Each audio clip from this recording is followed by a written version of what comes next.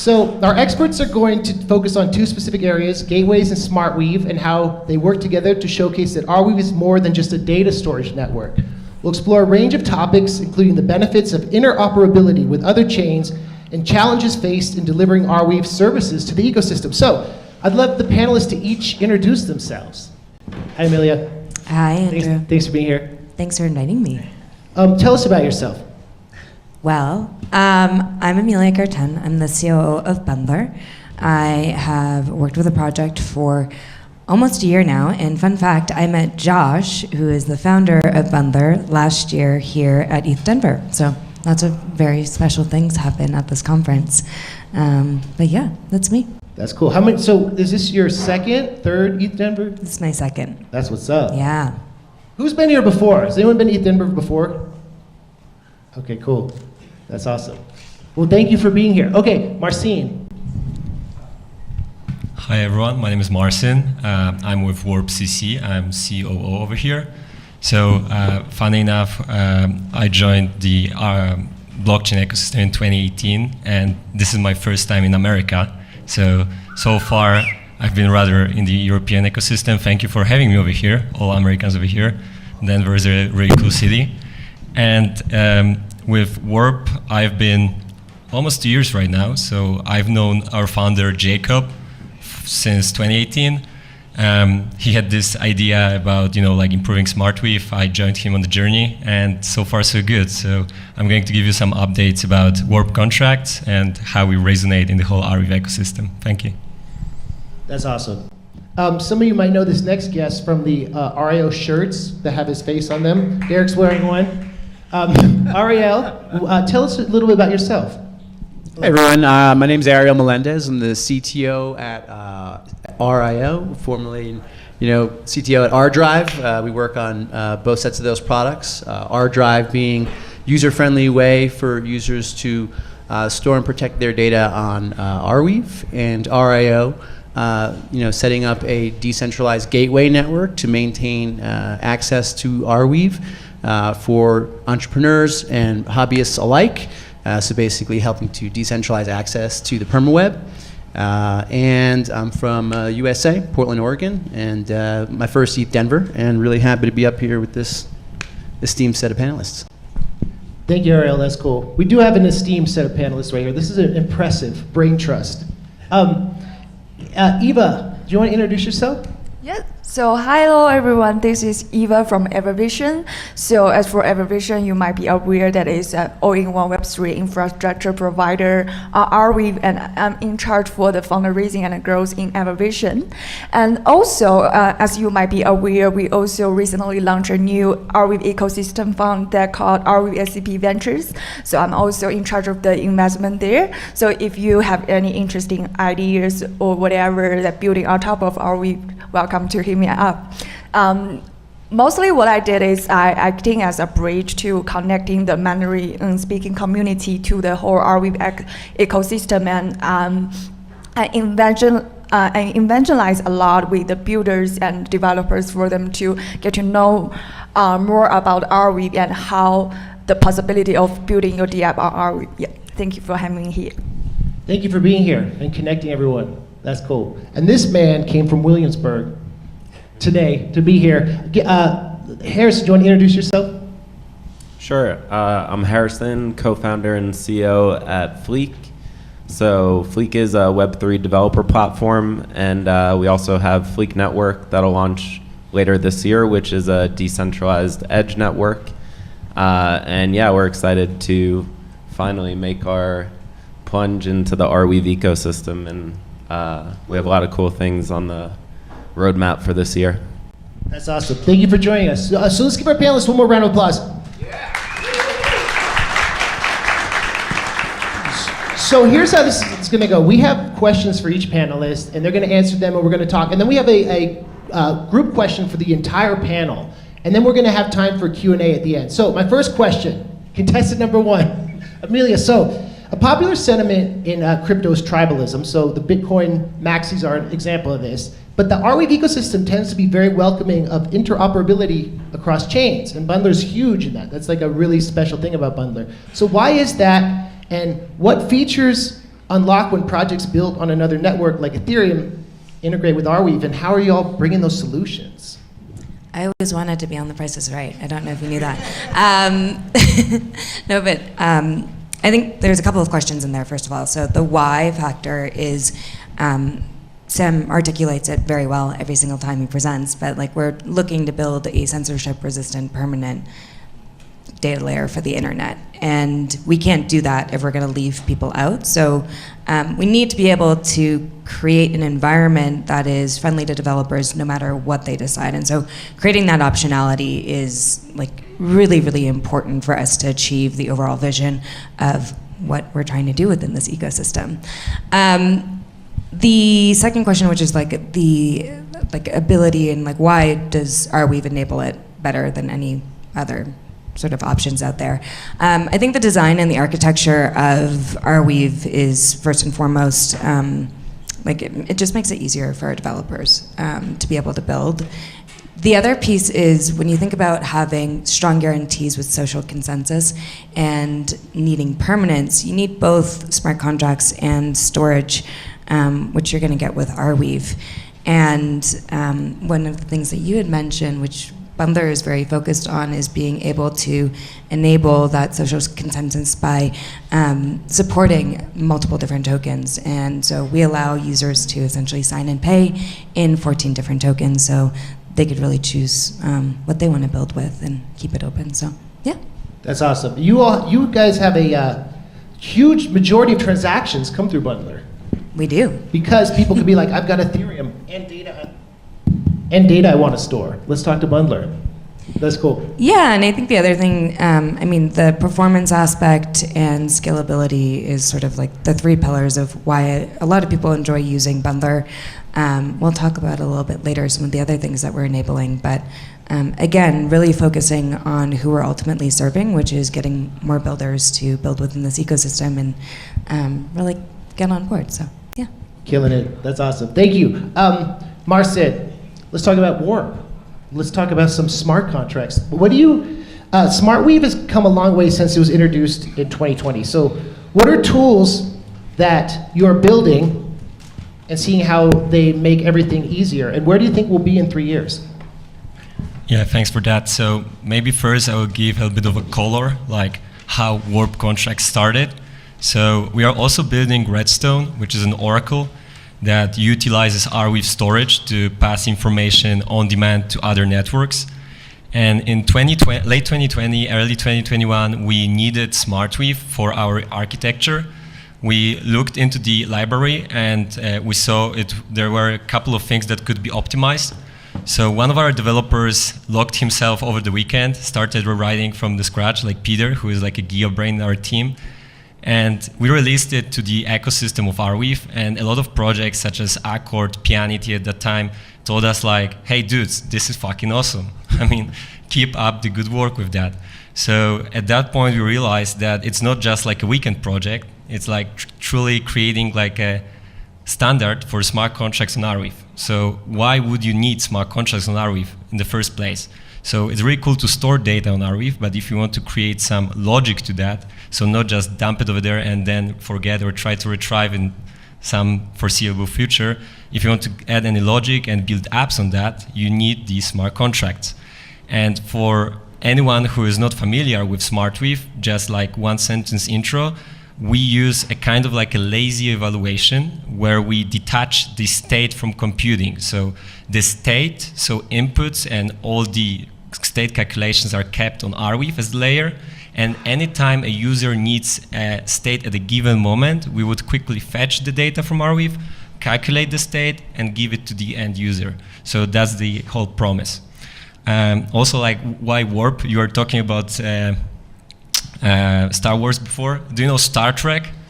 So apparently Peter, the giga brain of Warp who started everything, he's like 40 almost, and he considered himself old, so he wanted to make the name conveying the message of an old series. So there was like Warp Speed, which was this intergalactic speed, so hence the name. Okay, but to the question, since 2020, we actually improved the SDK quite significantly. So Right now, we have over 30 projects building actively, including Bundlr. First batch is like a new one that recently announced some cool stuff. ARIO, ArDrive, Accord, Pianity. Sorry not to name all of them, but that would take quite a lot of time. When it comes to tooling, we created the dedicated explorer called Sonar. So if you want to browse through SmartWeave interactions, you can just go there, check out contracts, what is created, what people are building. Basically, I'm very happy to announce that we are getting close to 1.7 deployed SmartWeave contracts. So 1.7 million, it's quite a significant number. And more importantly, 500,000 was released last month. So it's also accelerating, right? So you can check all of that on sonar.warp.cc. Another thing, Academy. I mean, if you want to get to know something, you just need to have a place where you can start, do your own steps. So academy.warp.cc is another, let's say, tool that ease the onboarding of developers. I could go on and on because there are like 8 engineers working on that. But last thing I want to mention over here is also we want to map out the ecosystem of Arweave very, very well. So if any of you would go to Twitter right now and check warp_contracts, the pinned post shows the whole ecosystem of Arweave, also pointing out which projects utilize warp contracts to showcase like how mature the ecosystem is right now. So yeah. That's cool. And I want to shout out Pianity, who you mentioned, which is a really cool music hosting project, which is one of the first. And they have some cool stuff in there. So good work. Ariel, so Arweave.net is the main gateway that people experience the permaweb with. But as RIO gets ready to launch and give anybody the ability to run a gateway, does Arweave.net still have a place in the ecosystem? Yeah, that's a great question, right? I think Arweave.net has been a fabulous resource for builders and hobbyists alike to experience permanence, to experience the permaweb, right? It gave them a place to go if they don't have their own node to submit transactions to or to retrieve data from, and have a reliable place to put their data, their decentralized applications, and all the other things that make the permaweb great. And a little backstory about Arweave.net, it was a code base put together by some great engineers working with the Arweave team over time, and had started to get a lot of operational overhead as the ecosystem started to scale. And our team, at ARIO, fortunately had a number of sort of decentralized systems and cloud architects and application specialists working at the company that, since we had ArDrive, which depended on the Arweave.net gateway, wanted to participate in making sure that the gateway continued to scale and function really, really well into the future to sort of help make sure we could provide the best possible user experience for the ArDrive community. And in getting involved with the Arweave team on helping debug issues or help work towards more massive scalability, it seemed like there was a really natural relationship there that allowed us to form a nice strategic partnership with the Arweave team to take over operations there or to just participate in operations of Arweave.net and just continue to help with the day-to-day operations and scalability of that system. So I want to shout out actually some of the engineers that work on that stuff, Halilfer Sigurdsson and David Whittington, among others who work behind the scenes all day long to make that operation just run with fabulous uptime and to just continue to scale and put up amazing numbers month over month. And so that's a really great resource, right? But we're building RIO because we need to have decentralization of as many different components of Arweave as possible. And gateways are no exception. And so one thing I'm happy to announce is that within the next few weeks, one of the big steps we're taking right now at RIO is to start bolting some of the technology we're building into RIO gateways directly into Arweave.net and to start moving some of the production workloads of Arweave.net over to RIO technology. So we'll be taking baby steps there. It'll be very incremental. I think day to day people should notice nothing different. It should continue humming along, performing great, and reaching the scale that's required in the network right now. But that's going to really let us start to put RIO technology through its paces and sort of start to create this process of turnover of the code bases, right? So really great legacy code base at Arweave.net that we were really passionate about improving and optimizing and building for more massive and decentralized scalability.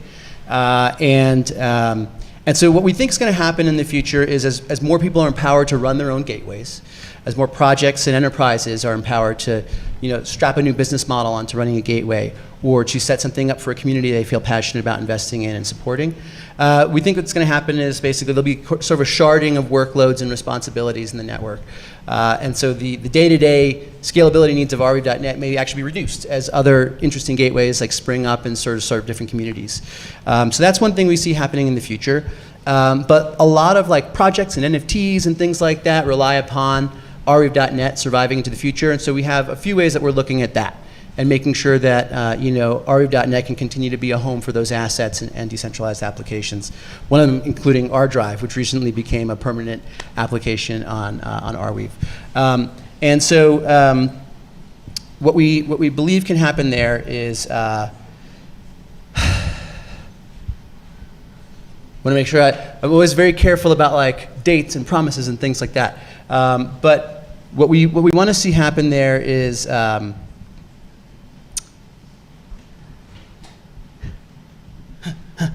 like working like 4 hours of sleep, taking a red eye here. This man got in at 2 a.m. I can hear his brain calculating the date right now. He's so sharp for 4 hours of sleep. Yeah, so let me back up. Let's see, sharding the workloads, ARIO gateways taking over. Exactly. And that was why I'm happy to be up here at this panel. So one thing we've been working on, and this is a major credit to the Theta team, including this in RConnect, is having a protocol that lets you navigate to content on Arweave without having to be reliant on a domain name, right? So if anyone uses RConnect as their wallet to connect to Arweave, they introduced this really cool feature where you can put in AR:// and a transaction ID on Arweave. Or I believe now we have RNS support in there as well. So the Arweave name system that we're building into ARIO gateways, you can just do AR:// and a name or a transaction ID, and it's going to choose the gateway I think that RConnect is pointing to as destination. It's going to take you to your data, and there's no domain name supplied there, right? So that's great. That's what we want in the future, is to people think about values and data rather than like specific places they want to go, and to have sort of routing protocols that allow for that to happen. So we are excited about progress we hear the teams are making with talking with different browsers for integrating that protocol. We are excited to keep that consideration going as we build out ARIO gateways and make like actual domain names, like physical locations people have to go for data, sort of like less of a concern and a consideration. And so yeah, those are just some of the ways that we're hoping ARIO and the protocols we're building with ARIO are going to like help facilitate a smooth transition away from this idea of like Arweave.net being the only place you can go for Arweave data. Great answer, thank you. Eva, Web3 Infra is one of the projects that has popped up to provide a full suite of Arweave services, light nodes and gateways, etc. What are some of the challenges you have overcome in delivering these tools? Well, so before I actually get into this question, there's some interesting episode I would like to share. So at the very beginning, Web3 Infra, for now it's open source, but at the very beginning it is not. It is just the everVision team developed for ourselves to make it more, easier and quicker developer on the Arweave. And then we realized that it's not only us gonna need this for someone who also build on top of Arweave. They also need to get this to make everything easier and smoother to develop. So for someone who already have this experience in developing Arweave, we barely taking efforts in delivering this toolkit system, because you can deploy your own decentralized gateway and line node just within several lines of code, so it's very sexy, right? But the real challenging is when you pitch to someone who haven't tried to use Arweave as a storage, and so it might be a little bit tricky to make him or she realize that it is essential and critical to use Arweave as a permanent storage and to use our line node or gateway to make this smoother and better. So what we have been doing is 3 ways around. So first is about the community. We educate the community pretty much. So we have moved past from the product-led growth period to the community-led growth period. So community matters. So that's what PermaDAO has been doing. So basically, it's a value delivery base for all the Arweavers and whoever get interested into Arweave. And it started with the Mandarin-speaking community, and we are now start to expand to all the English community. So community matters. It's like, the Renaissance revolutionary. You have to educate people, you protest, you tell them to wake up, that you have the natural human rights. So this is the same thing that you need to tell the users, the community, like it is very essential or critical that your data is immutable and tradable. Your data matters, and it is essential to have the consensus. So once the users are well educated, they will push any projects or project that they are not using a very Web3 native storage way. So this is one thing we do, is the education for the community. And the other things we do is for the developers or projects, we offer free storage credit. Like the other day we discussed about the team is that people are tend to steal the token, but they are less intent to steal free storage. So what we are trying to do here is we are going to launch the free credit token on the EverPay protocol. So it cannot be traded for value, but you can actually use it to pay for your to cover your storage fee. So it's just a baby step to smoothly onboard the newcomers to get to know Arweaves and smoothly to start very tiny to experience Arweave, get to know more about Arweave. So this is what we have been doing to the developers and engineers. And last but not the least, I would say that is always to bring the real growth or brand awareness, that is always application. So one classic example I would like to share is Echo as one of our portfolio that is decentralized social engagement protocol, which aims to bring on board Web2 and Web3 users from other chains. So what Echo has been doing, so either you have been aware of Arweave or not, every time you comment on any content, Echo will storage your comment on the Arweave, so the users will realize every time all my content has been storage on Arweave. So that is how we try to get to users to familiarize the mechanism of Arweave and the fundamentals of Arweave. So it's actually a very smooth step to onboard more users to get to know more about this permanent storage and the importance of your data. Yeah, so pretty much that's, the last thing I would like to share is that what we have doing is like evangelizing, right?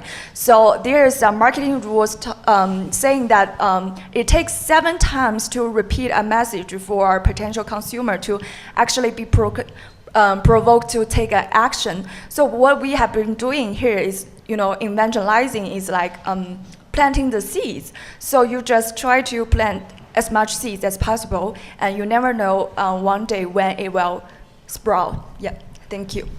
That's awesome. Thank you. Harrison. So people can use Fleek to upload, store, and fetch files from IPFS in an easy-to-use and familiar way. Is this going to be similar with when you bring Arweave in the mix? Yeah, for sure. So definitely the functionality we've already added to Fleek for hosting sites or storing data for IPFS and Filecoin or other storage protocols, those features will definitely just be there when we add Arweave support, which will come live in April.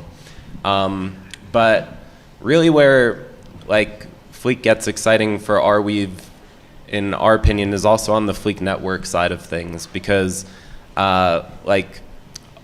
the problem we've seen just in building on top of different protocols so far is none of the storage protocols really factor in performant delivery into the protocol layer.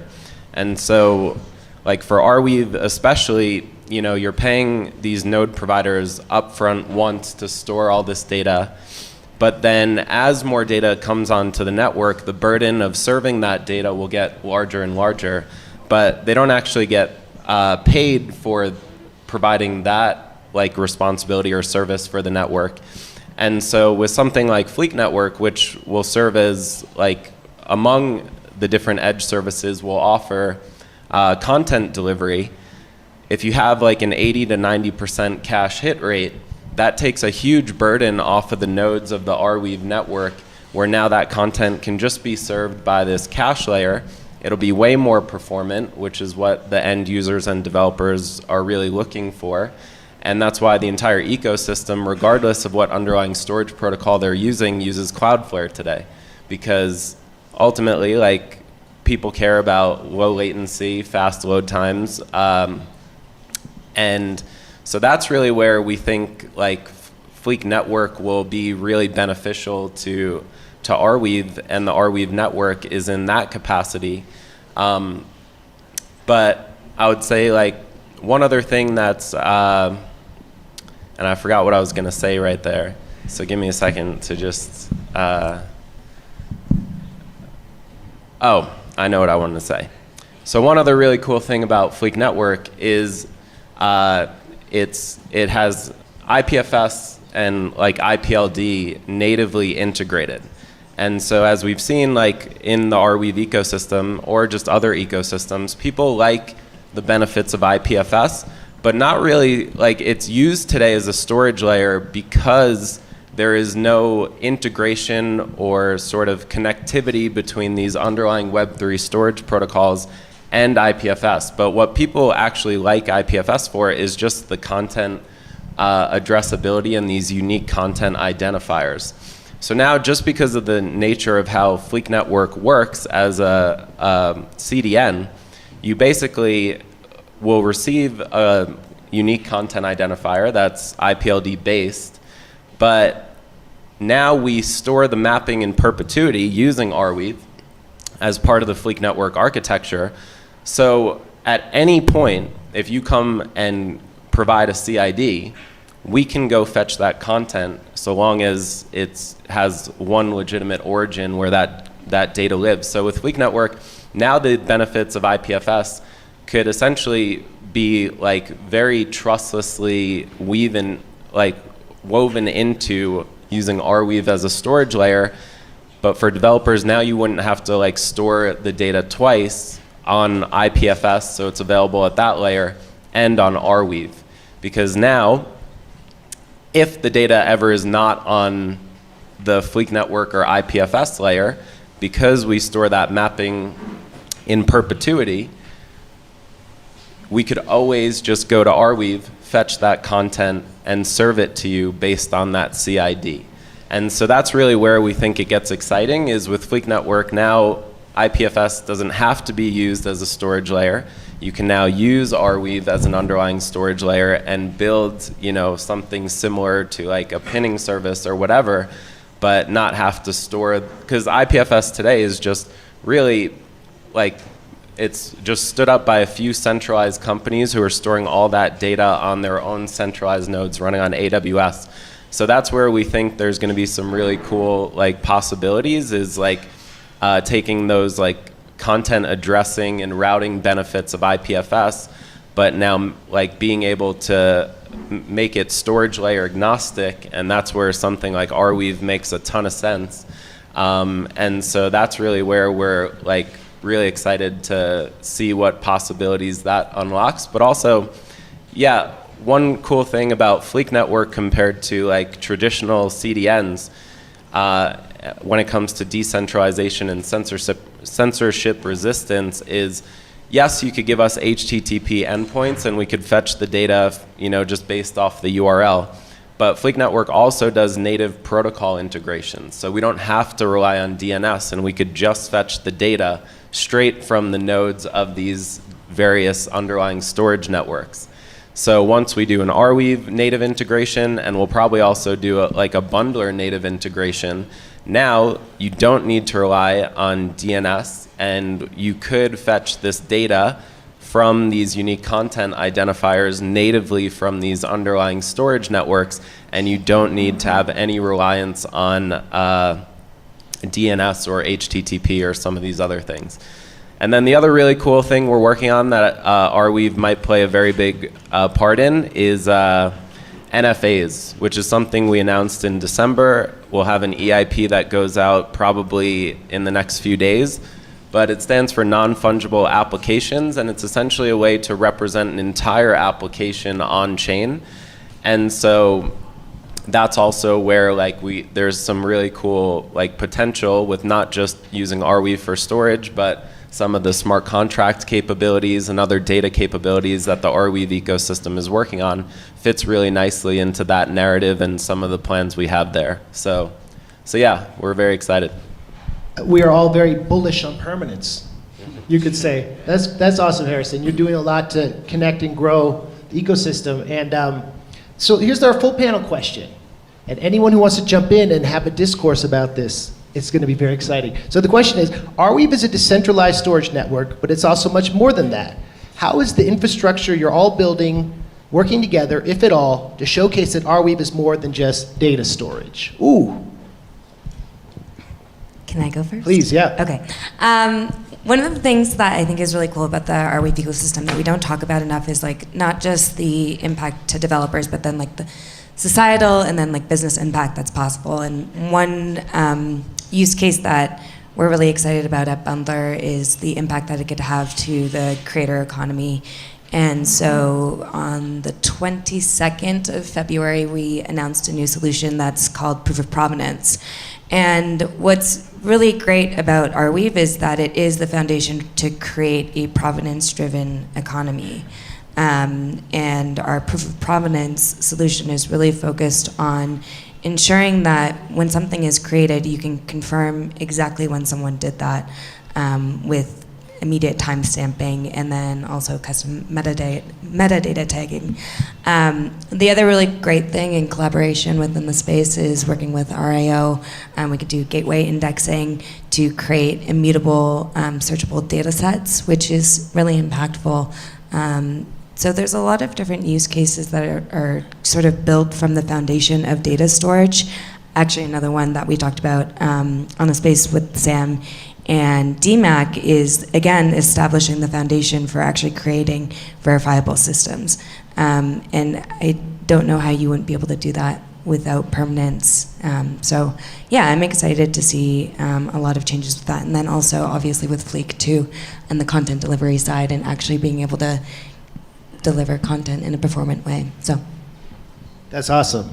Everyone here knows each other. We've all worked together, and we're keeping working together to make this a reality. How about, Eva, can we all work to help bring community in China or anywhere in Asia together? What are some ways we can work in that way?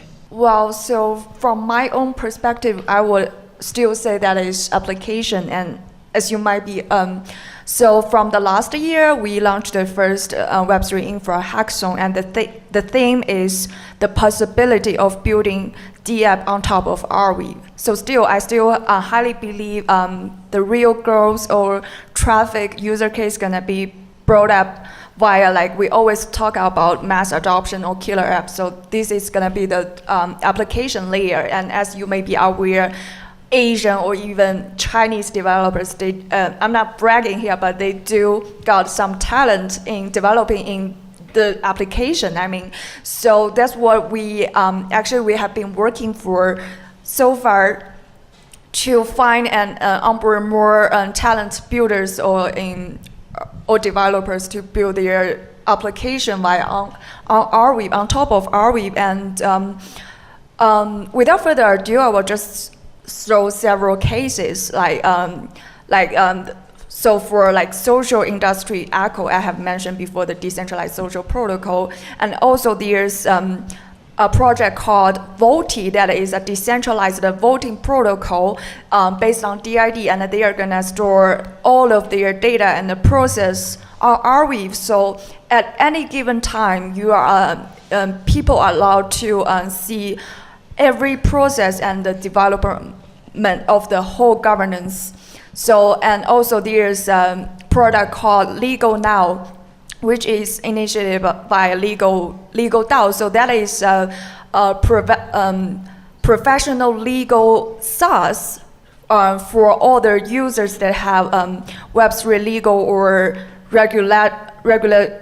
regulatory issues. So all these process of distribution and lawyers DRD are stored on Arweave as well. And like in the future, there's gonna be like pure SmartWeave contract based on their tokenomics, etc. And also there's like GameFi and also as well as ACG industry. So ACG industry is the anime, comics and gaming industry. So what I have to talk to the project founders is that for most of them at their current stage, they are more focused on growth rather than, you know, the authentication, I would say.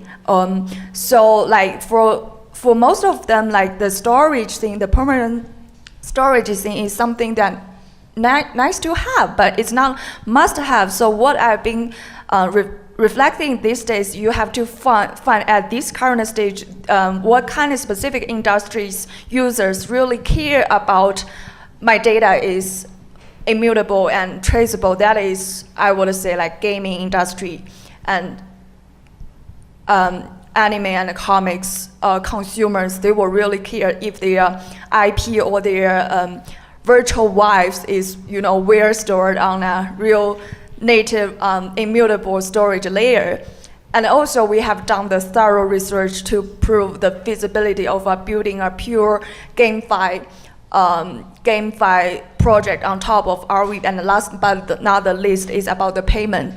So as our everVision also provide a payment protocol that is called EverPay. So there is zero gas fee and real-time transactions based on the SCP. So for anyone who didn't know what SCP is a brand new developer paradigm called storage-based consensus. So with this paradigm, you can just develop any dApps on Arweave without any TPS limitation and any programming language limitation. So that's what I always do. When I pitch to others, I always said that think out of the box. It won't be the EVM who beats EVM. Just try to, you know, build your Web3 dApp with SCP on Arweave. Yeah, thank you. That's awesome. Yeah, I mean, kind of a good question. I mean, outside of storage, you have compute, of course, right? That we focus very much about. So cool that you, Amelia, mentioned like the work you're doing at Bundlr. So apparently, Bundlr is also using our WASM implementation and Rust libraries in order to bring all of that to their users. So to talk about specific use cases that you're going to see in the near future on Warp, which you can be pretty excited about, is offloading heavy compute from other layer 2s and other basically layer 1s to Warp that sync in not like every second but interval with another layer. To bring a real use case, we talk with majority of big Web3 social media projects right now. I cannot tell names, but you can imagine which ones these are. They face the problem like, okay, if you create an account, for example, on Polygon or other layer 2, this is fine. But if you want to keep interacting on that kind of layer, this is like just expensive for them. So they look for an ecosystem that they could offload non-essential interaction and just sync with them in time intervals. So this is like a no-brainer. To bring another use case, simple machine learning, right? I mean, you shouldn't expect ChatGPT to come on top of Warp within a month, but maybe in 10 years, who knows? I mean, something simpler, like, you know, about NLP or image recognition, this is for sure feasible. So right now we talk with a lot of researchers from Kernel, from other universities to implement that kind of solutions. Hansa is also one of the parties that is very bullish on that. Talking about Hansa, they invested into First Batch. I don't know whether you've heard of them, but right now these guys are on fire. So they're building like social graphs on top of Warp as well. So recently they announced a couple of cool projects, so you can check it out yourself. But going forward, we need even more scalability. So Bundlr is doing a fantastic job, like onboarding new users and showing them that you don't have to wait 20 minutes for your transaction to get finalized on Arweave, right? But if you want to go forward, we have to start thinking like other layer 2s. So what do they think about layer 3, right? Like another scaling solution. So recently at Warp, we introduced nested bundles, which essentially works like that. So you can have a bundle in a bundle in a bundle, and then go on and on and on and on, like around and around, you know, this song. So it brings new opportunities when it comes to scalability. So new applications are going to build on top of that. And maybe like a small flavor about local ecosystems. So I'm from Poland, and apparently, funny enough, the whole team of Warp is Polish. In February, we opened a physical office. So when everyone is distributed all over the world in Web3, we feel that meeting from time to time in person and cracking a really tough nut together over a coffee or a beer is something that is essential, because then you omit simple rookie mistakes that you can get when you're chatting over a call with different time zones, right? So we have 160 square meters in center of Warsaw. If any of you come over, please ping me. I invite all of you for a coffee, lunch, or something else that we are pretty famous for in Poland.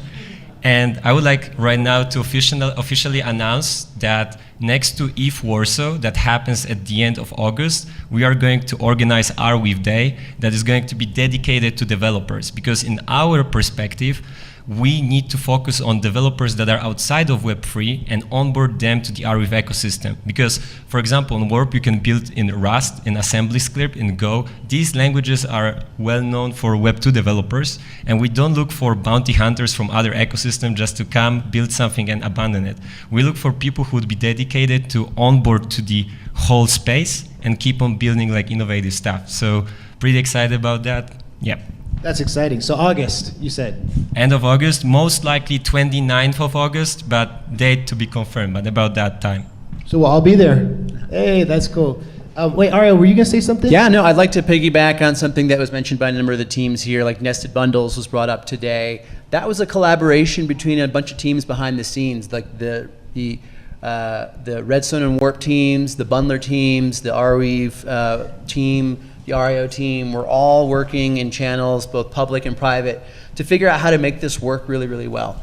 And you know, in the end, an update to existing sort of ANS documentation was made, and what we established there was sort of a protocol for how you do this. And a lot of the cool magic that happens when you work with Arweave right now, I would say like 75% of it is protocol based and 25% of it is not. And it's based on just like really interesting and dynamic partnerships, which, you know, at ARIO we think are beautiful and helpful for bootstrapping the things that we want to see grow and flourish in the ecosystems and in the dApp and in integrations across chains and things like that. Like it's fabulous, but what we're hoping to leave behind are more protocols. And we're really looking forward and talking about like working together with other teams on saying like, let's build this thing, let's get it out there, let's iterate, let's find product market fit, but let's also then take these sort of behind the scenes dealings that are required to make these things functional and be able to iterate quickly. Let's turn them into a protocol together. Let's work together to do that and make sure that you know, we leave something behind that people can read and verify for themselves and make sure is based on like real technology and you know, doesn't rely on what Sam referred to earlier as like trust me bro promises, you know, because those anything that's not in code is just not going to survive, right? So we really want as much of the innovation that we're making right now in these spaces to exist as code, to be verifiable, and let people read the code for themselves and truly believe that what they're building on is something solid, and so that the promises we make about delivering value like this for 200 years, people can go read for themselves and see that it's all there in plain sight for them to then like trust and build upon.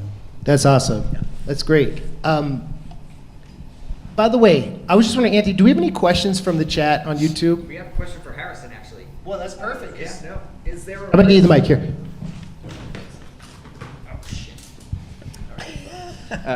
This question comes from Jacob. Is there a risk of centralization if data is being served from a cache on Fleek instead of a decentralized gateway? No, because Fleek Network is just one mega decentralized gateway. And because we have these native storage protocol integrations, like we think there's a pretty good chance that Fleek Network becomes just like a universal gateway to a lot of just Web3 content, because because of these native protocol integrations, we could fetch data from IPFS or Arweave or any network we natively integrate to, even if the content isn't cached on Fleek Network. And so, like, also just like you could run gateways on Fleek Network, because gateways are one of the hardest things to decentralize, but we will introduce a new primitive that we've cracked in the last few weeks, which is called proof of delivery, because the big chicken and egg is like gateways want to make sure they're going to be paid for content that they serve, and clients want to make sure that they get the content that they're paying for. And so now, using threshold cryptography, we've developed this mechanism where the content gets served encrypted, and then the client, and it's all abstracted through the SDK, returns a receipt, and then any node in the network can then deliver the unencryption key, and it only adds about 800 microseconds, so the latency is basically unaffected. And that is really the only way that you can decentralize gateways. If you don't have that, then it's pretty much impossible to actually decentralize the gateway function of these networks. And that's one big pain point all networks have, is the access points. So that's actually a part of the stack that Fleek Network might end up addressing, not just for Fleek Network and these storage networks, but actually just a lot of these Web3 protocols, just because of the edge network and how geographically aware. So like that's basically how every, what sits behind every API or URL today. So yeah, that's definitely, like, I think one of the areas Fleek Network is going to really add value to the Web3 infrastructure stack is decentralizing these access points to different networks. That was great. Great answer. Let's give a round of applause to our amazing panelists. Does anyone want to say any final words? If you guys want to learn more about Bundlr, check out our YouTube channel. Our DevRel, Luke, who is very entertaining, has been posting a lot of educational content, because education is very important, as Eva said. And yeah, join our Discord, read our docs. They're new, they're better, they're always improving. So if you want to learn about Warp, on the other hand, you can check out Nader's Dabbit, introduction to Warp contracts, or one introduction from Fleek DevRel person. And also, like, one of the most hands-on person in that room about Warp contracts is my friend Wolf, who is over there, raising hand. So if you want to learn anything more about that, he knows way more than I do. So give it a try. And yeah, I would like to welcome you all in Warsaw. Like, if you come, I will make sure you're not going to regret it. Awesome. Yeah, and if you'd like to learn more about ARIO, the work that we do in the Arweave ecosystem, the work we're doing to help decentralize gateways, please go to ar.io. Also, ArDrive, if you'd like to learn about permanent storage in an easy, user-friendly way, go to ardrive.io. We've also got great educational content about the Arweave ecosystem in there to help supplement all the great work that's being done on things like the Arweave cookbook and other fantastic sets of documentation from all the great teams up here. And also, Andrew, maybe you want to rep our socials. We're on Twitter. ArDrive is on Twitter, and ARIO is on Twitter. And check out the ARIO YouTube, because we have a lot of educational videos, including an interview with ARIO. That's what's up.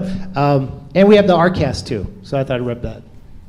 We should do a YouTube collab. That'd be tight. It's happening.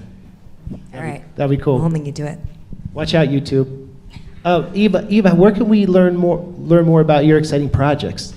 Yeah, so what I'm gonna say is just build with SCP, that's fucking A. Thank you. That's what's up. What about Fleek? Yeah, I'd say check out Fleek.xyz. That's the new platform, and Fleek.network if you're interested in the Edge network. Yeah. That's perfect.